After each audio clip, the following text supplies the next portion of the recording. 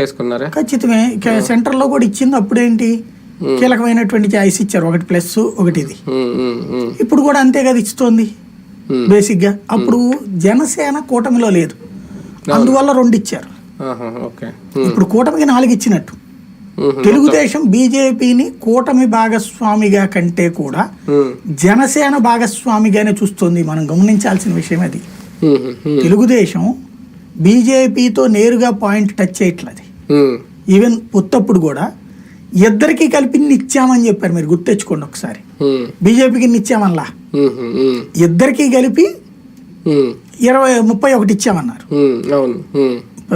40-50 అడిగారు, ఇద్దరికి కలిపి 31 ఇచ్చాం. ఇద్దరికి కలిపి అంటే భారతీయ జనతా పార్టీని ఓన్ చేసుకోవడానికి తెలుగుదేశం సిద్ధంగా లేదు. ఎందుకంటే తెలుగుదేశం ఓట్ బ్యాంక్ లో ముస్లిం క్రిస్టియన్స్ ఉన్నారు, వాళ్ళని కన్విన్స్ చేసి ప్రస్తుతానికి వచ్చారు. కానీ ఫ్యూచర్ లో మళ్ళీ తెలుగుదేశం పార్టీ వాళ్ళ ఓట్లు పోగొట్టుకోకూడదంటే తప్పనిసరి పరిస్థితుల్లో పవన్ కళ్యాణ్ పట్టుకొచ్చాడు కాబట్టి బీజేపీతో పొత్తు పెట్టుకున్నాము. సెంటర్ లో వాళ్ళే అధికారంలో ఉన్నారు కాబట్టి వాళ్ళతో నడుస్తున్నాం. కానీ బీజేపీ మా మిత్రపక్షం కాదు, మాతో దాన్ని ఏమంటారు జిగిరి దోస్తు కాదు. పవన్ కళ్యాణ్ తో ఉన్నంతటి సాన్నిహిత్యం మాకు వీళ్ళతో లేదనే చెప్పుకునేటువంటి ప్రయత్నమే చేస్తున్నారు.